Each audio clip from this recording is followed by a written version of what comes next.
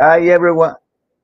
Hi everyone. Welcome once again to the show in English. As the cheese talk, my name is Dietrich Truxas, and today we are broadcasting through Facebook, Twitter, and YouTube.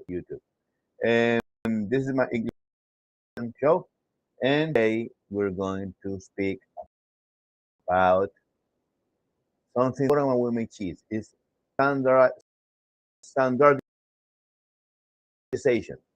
When we make cheese, sometimes we'll achieve a cheese with a lot or less fat, and that we have to put. Well, I'm gonna teach you to calculate this amount of fat, or sometimes milk. If you want to make, for example, if you want to make a cheese 1% fat, you have to put milk. How much skim milk do you have to put? You're gonna um, be able to do it through this calculation that I'm gonna. Well, there's people to connect. If you are in Instagram, you won't be able to do any comments. So comment anything if you want to with me, go to Facebook because in Instagram I comments. I don't know why. Okay. Start. Um, I share the screen so you guys can see it. Okay. Here it is. And let me see.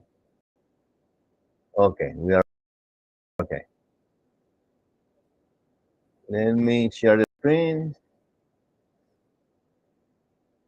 Okay, this is the show number 44. By the way, we are already 23,000 subscribers, which is very good. And thank you to you all for the support. Without you, we wouldn't have any show.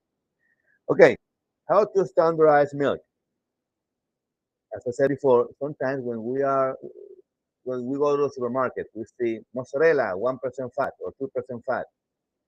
This means that the cheesemaker that have done the mozzarella, or the company that have done the mozzarella, they have added skim milk to reduce the amount of fat into the milk. And of course, the yield will be less, but this is what we're looking for: less fat content, so we can have like a healthier cheese. In another case, the other side of the coin will be that if we are making, for example, double cream brie, so we usually, when we are making any type of cheese, we have, especially if we are using cow's milk, we have approximately 3.4, max 4% milk, uh, 4% fat. But if we want to make a double cream cheese, we have to add a little bit more of fat. But how much amount do we have to add? Well, we are going to calculate it today. Okay. So, well, how do we do it? Well, first of all, why do we have to standardize milk? The idea is when we make cheese, milk, and the casein content varies through the year. In summer, we have a certain amount of casein and fat content as well. And in winter, we have a different, and this is cyclic. Okay, so we standardize the milk to achieve a standard product. If we're gonna do it, if we, graphically talking, my target is this line. Okay, my target fat content is this line. But sometimes, depending of the year, we need more cream and or less cream. Okay, so it will depend on the time of the year that we are adding the cream, because cows varies the casein content, and the milk is not the same during the year. Okay, Sometimes in summer, there's a lot of hot. Cows drink a lot of water, so the fat content might be a little bit less. So, so we have to calculate this amount of fat. What do we use to do that? We use something that we call the Pearson square. It's in Spanish here, but I don't know what it is in Spanish. Anyway, um, we use the Pearson square. The Pearson square is like a trick that people use to make wine, to make cheese, to make any type of product you want to add something. So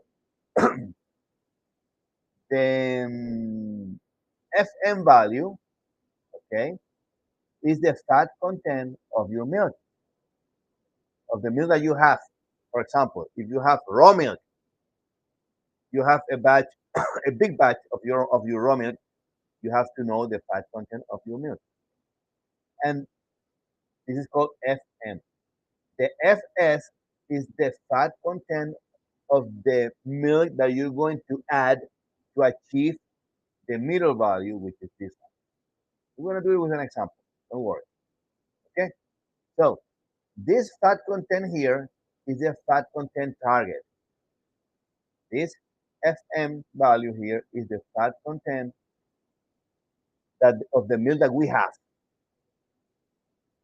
This fat content is the milk or the cream that we're going to add, depending on the target that we want to.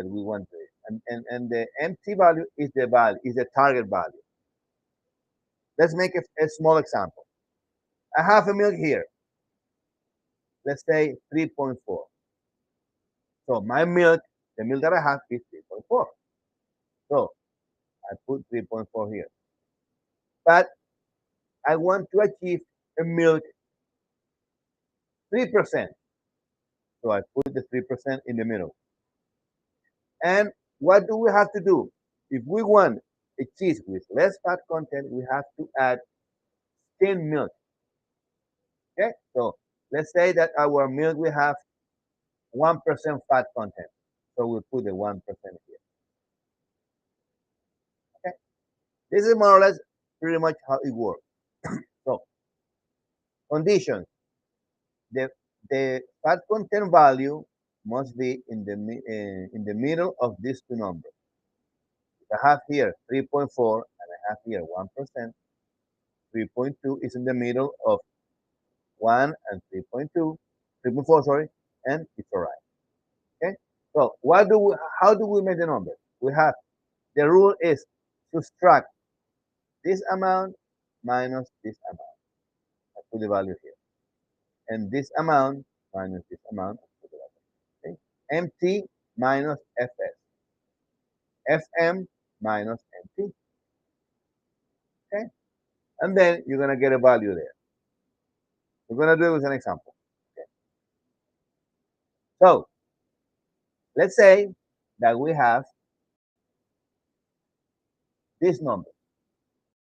We have, for example, as I said before, the condition should be that your milk, your target value, should be in the middle of these two numbers, which is all right. It's compliant, isn't it?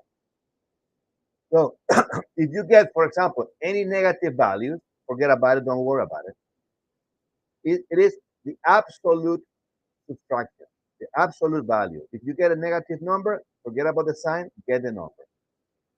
If you get, for example, minus 2.7, don't worry about it, get 2.7. Okay? So ignore the negative number. And you have to calculate the incidences of each element to mix. And I'm going to tell you how. So let's put an example that we have a milk, we're making cheese, and the truck or the milk from our farm has 3.8% fat content. And we want to make a cheese not with 3.8, we want to make a cheese with 3.2 fat content, less fat. So we have to add skim milk, and our skim milk is 0.5 fat content. So we have to make the number. 0.5 minus 3.2, or 3.2 minus 0.5 is the same, is 2.7. 3.8 minus 3.2 is 0.6. Correct? So what do? We now are going to calculate the incidence. What we do is we divide 2.7 divided between himself and 0.6. Which is here, right? 2.7, I have it here. 2.7 plus zero point 0.6 is 3.3. So we divide 2.7 divided by 3.3 and 0.6 divided by 3.3 as well. Okay, we're going to get 0.82. If we multiply by 100, it will be 82%. Here, we're going to get, we can do it in two ways. We can subtract 100 minus 82 and we get 8%, 18%. Okay? 100 minus 82, 18. So, or we can do it 0.6 divided by 3.3 and multiply by 100. We will have, we should get the same number. Okay? So, I'm going to say it again. First step, subtract these two diagonals. 3.2 minus 0.5, you get 2.7. 3.8 minus 3.2, or 3.2 minus 3.8, you get 0.6. Forget about the sign. Okay, you have to add 2.7 plus 0.6, which is 3.3. So you have to make that the division. 2.7 divided by 3.3 and 0.6 divided by 3.3. You're going to get 0.82 and 0.8. If you pay the numbers, you're going to get that. If you multiply by 100, you get a percentage. So if you have, let's say that you have 1,000 liters of milk, okay? 1,000 liters of milk, you're going to have to add 82% of the 1,000, which is 820 liters, correct? And you have to add 820 liters of normal milk, 3.8% fat content, and you have to add 180 liters of skim milk, 0.5%. Okay? This way, you will have 180 plus 820, you will have your 1,000 liters. Okay? This cheese that you're going to make is going to be 3.2% fat content. And you carry on with the process as normal. And that you have to do this step always at the beginning of the process. So you need to make the number. Before you make the cheese, you have to make the number. And then now, after making it, if you have, for example, let's say that you have 15 liters. If you're gonna make it at home, now you already know that it's 82% of milk and 18% of skim milk that you have to add. If you are making 10 liters, or let's put it more complicated. If you are making 8 liters, if you are making 8 liters, you have to multiply 8 times 0.82, or 82%, which is 6.56 liters, or 6.6 liters of milk, 3.8 fat content. And you have to add, if you're making 1.5 liters of of milk, 0.5 fat content. In this way, you're gonna have your milk 3.25%, and you will make this cheese as normal. Okay? This is how you do it. Okay? So, as I said before here, right? I'm just repeating the screen. This is the fat content of your milk. This is the fat content or the cream that you're gonna add, and this is your target. So you have to divide. Okay. But let's say that you're going to make the number the other way around. That you're going to make a cheese instead of being 3.8%, you want a cheese, a double cream cheese, let's say 5% fat. You do the numbers the same way. 5 minus 3.8, you get a number here. 5 minus, sorry. You have to add cream here. But your cream is, let's say, 50% fat. Okay? 0.5, yeah, 50% fat. Or 20% fat. So you made the number. Okay? And you're going to make here, if you're making 50%, you have to make the numbers. It's easy. 50 minus 3.05, you get a number here, and subtract these two numbers, these values, add it and divide it, and you're gonna get your percentage. Very easy. Okay. So, well, the calculation. Well, this is the example that I showed you before. Okay. 5% is for fat is 3.8, 0.5, 0.2. If you're making 25 liters, you're gonna have to use 5 liters of skim milk by this time. Well, this is what I wanted to tell you. Week I'm going to talk to you about the holes in the cheese, which is our record important because sometimes we make cheeses with holes, like all the Swiss cheeses, Emmental, and also several Dutch cheeses as well, and French cheeses as well. And Gouda is also cheese that has holes. And I would like to talk about it. How can you produce these holes? And well, let's go with the Q&A. If you have any questions, you can ask me anything you want. And let's see. Okay. And I have questions here from the audience as well. And let me ask these people connected as well. Want to comment? Sorry about that. If you want to make a comment, welcome. And if you want to ask something, welcome as well. But I have the question here from my audience. Let me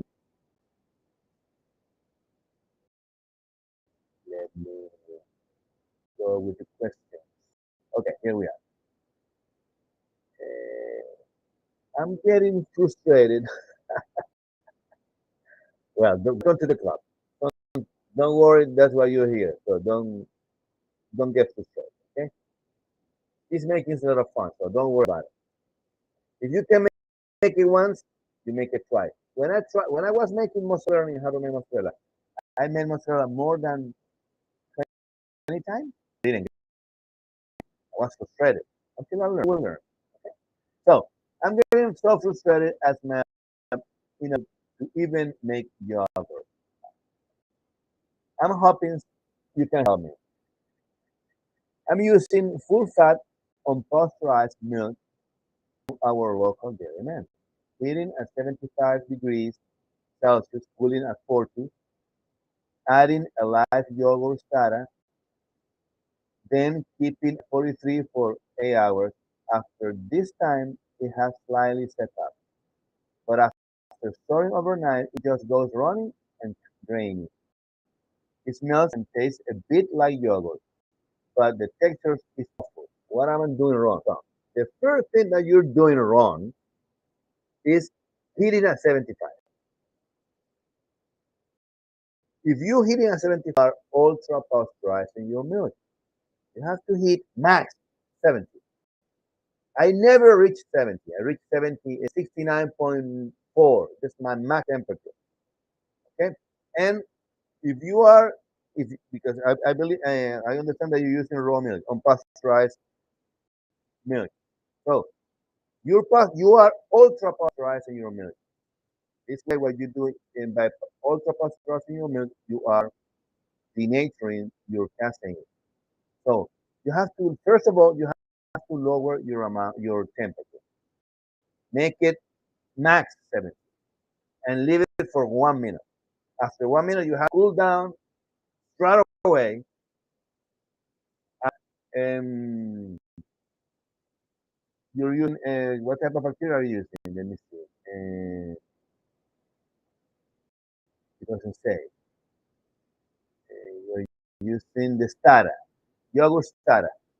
If you are using the yogurt stara, generally this bacteria is mesophilic. So you have to be careful and you have to know what type of bacteria are you using. If your bacteria is mesophilic, heating at 43, you're killing the bacteria. So that's the reason your yogurt is not. So I would suggest heat at 70 degrees, cool down at, okay, instead of 43, and carry on with your process. Your bacteria should coagulate your milk in 8 hours. Okay, you have to maintain it. But put it in a bain marie. Okay. Now the other thing, if you don't get your milk coagulated, your starter bacteria is dead or is cross contaminated. So you have to replace it with another one. Okay, so you have to um, discard one of the variables. You have two variables. The first one is the pasteurization. Improve your pasteurization protocol, and the other one is your bacteria. If your bacteria, because your bacteria might be dead, and especially if you are reusing the bacteria. Remember that when you reuse the bacteria to make yogurt, eventually the lactic acid will kill the bacteria. So you gotta be careful. Okay? So try to do a lot this way, and then you let me know. I'm pretty sure that you're going to improve your. Okie dokie. Let's go with another question here. Uh, Jan telling here. My cheese is consistently dry and crumbly. I believe it's from homogenized milk I'm forced to use. Then it does come out slightly decent, doesn't crumble in my hand. It never melts right. I wonder if this was the last butter fat. Could I add butter to milk when I'm making a cheese? What do you think? Well, look, if you are, I understand that you are stretching. Okay? If you are stretching, you are making pasta fillet, you're making mozzarella. That's what I understand. Okay? Uh, you don't say what? Uh, it never melts, right? If it doesn't melt, no, it doesn't. It doesn't melt. If it doesn't melt, there is two reasons. If you your I mean your problem is your acidity. Okay, the problem that you have is the acidity, and I'm gonna tell you something. If you have too much acidity in your cheese, your curd will become crumbly. This is what you're getting. You're getting dry and crumbly curd. You're getting dry curd because you're cutting too small. Why you're cutting too small? Because you're using homogeneous milk. And homogenized milk, even though you could use it to make cheese, and your cheese will not never in your life.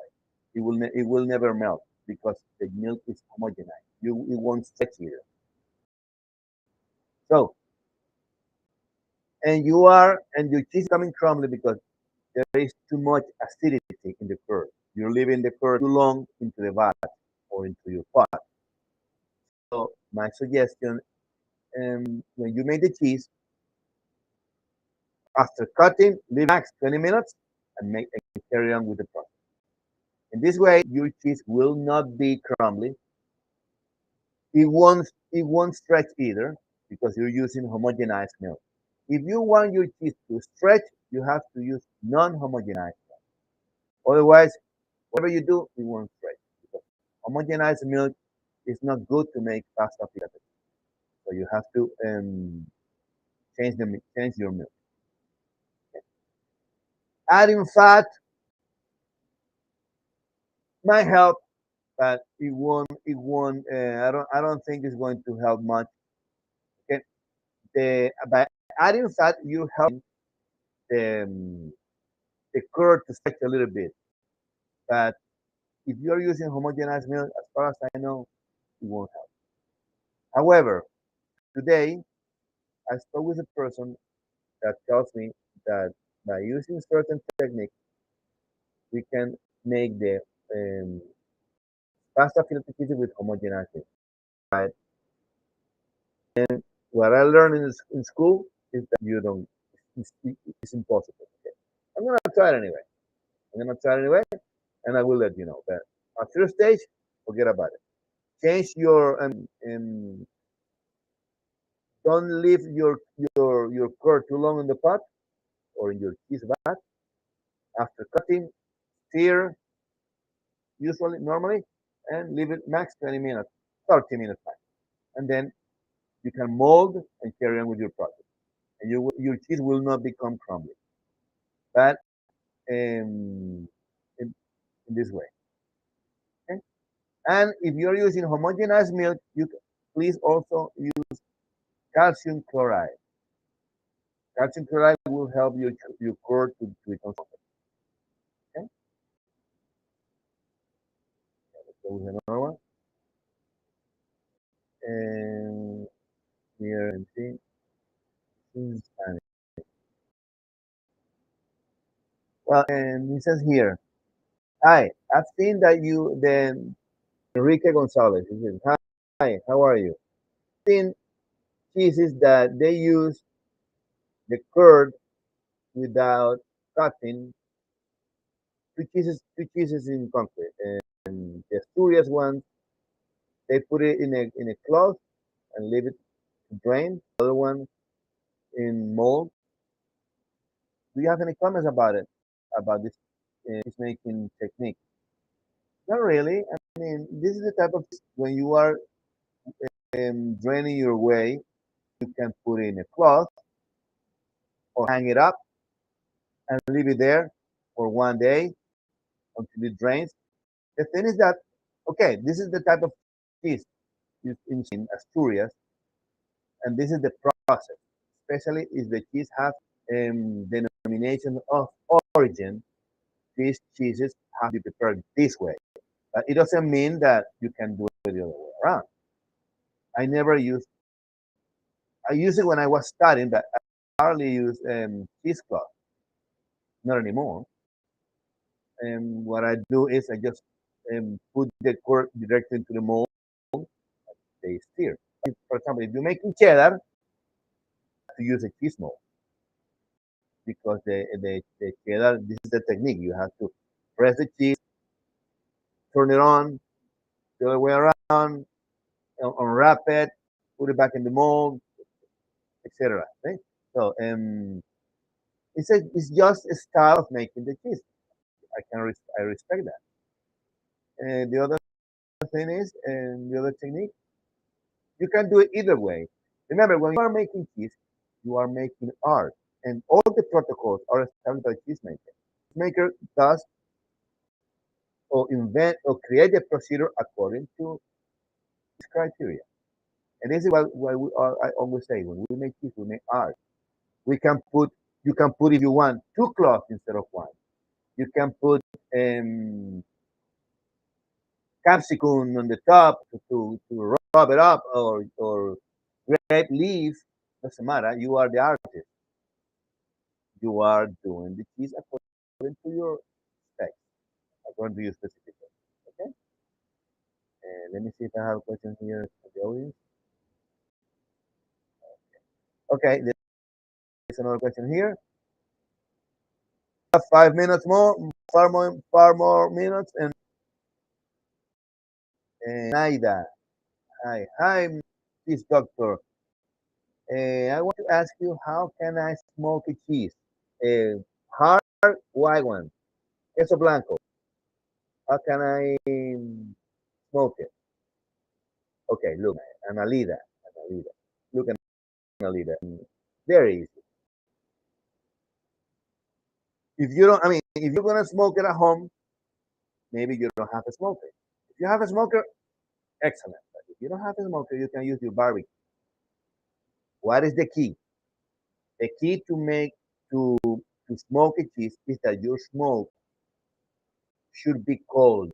Okay? This is very important. Otherwise, if your smoke is hot, will melt the cheese or will affect the consistency of it. Okay? Maybe it won't melt it, but it will affect it. So try to use don't use pine. Okay, don't use pine because pine is treated with chemicals. Pine is the wood, the timber. So try to use hickory, oak, avocado, avocado timber. They give a good flavor. The flavor you're gonna give a flavor with the smoke that you're gonna use. But don't use pine because this is chemical treated, and the pine also has resins that are not very pleasant to taste. So leave it depending of the leave it. I would say well, it is according to your criteria anyway. But I will leave it 3 4 hours per okay, at least. So if you are used, and you have to maintain in the barbie, you have to be careful and maintain the timber because the timber will turn off, and you have to allow the timber to be light up, but not too much because if the flame goes up, it will hit your cheese, and the cheese will melt. You have to be very careful. Honest, to be honest, it's a pain in the butt to smoke a cheese if you don't have a smoker. I have done it, and I made a video. If you want to go and have a look in my channel, there is a video how to smoke it, and but I took a long time to smoke it, pretty much the whole day to smoke 2 or 3 kilos. That is fun. Once it's smoke, after smoking it, your teeth will become yellow or something like that. And but remember, the smoke cold. So you need I put a thermometer inside the barbie so you can measure your smoke. And after that, don't eat it straight away because the smoke will be really strong and will not will cover all the rest of the flavor of the cheese. So after what I would do is after smoking, backpack it and leave it for 2 or 3 months. 2 months. So the flavor of smoke can dissipate into the cheese and penetrate more. And in this way, the flavors will up, and after that, you can. Okay, that's what I would do. Okay, people, I reckon. Well, let me see if I have another question. It says here, Yesenia Ortiz. Hi, I have I produce 25 liters from my cow. What happens if I heat the milk at 63 and let it cool by itself? Well, if you this is what's gonna happen. Look, what's your name? Yesenia, look. By heating your milk at 63 degrees, okay, that's good. You're pasteurizing. But you have to leave it max for half an hour. This is the good procedure. Heat at 63 and have a waiting time. Keep it half an hour, 20 minutes, and then far away. Even with the let's say that if it start cooling down, but just leaving the milk to to cool off by itself, your product will be on the nature. But in the because you are cooling down straight away, it won't affect the level of calcium. So your if you leave your milk by itself, your level of calcium will carry on decreasing because the, the rate of cooling is too slow. So your calcium, at the end of the when you get the temperature, at the end will change. So you have to cool down straight away. How can you do it at home? If you have a pasteurizer, just put the reverse button and the water will back, steer a lot, not too because you can affect the milk, and get a thermometer so the temperature can now. But if you do it at home, put it in your sink, you can and start steering with your thermometer there. Your temperature will drop, and after that, you can carry on with it. But don't leave it by itself because you're going to over pasteurize your milk. Okay, okay, people. Now we're leaving, and I really appreciate you coming here to the. We are 23.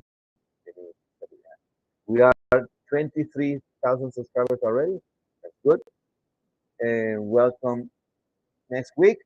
And as I always say, life without kids is like a love without a kid. See you next week. Quesitos en casa, fáciles de hacer son. El doctor quesero te enseña con sabor. Quesitos en casa, fáciles de hacer son. El doctor quesero te enseña con sabor. Quesos colombianos y venezolanos, todo hecho en tu casa, con sabor zuliano y calor humano. Los quesos en casa.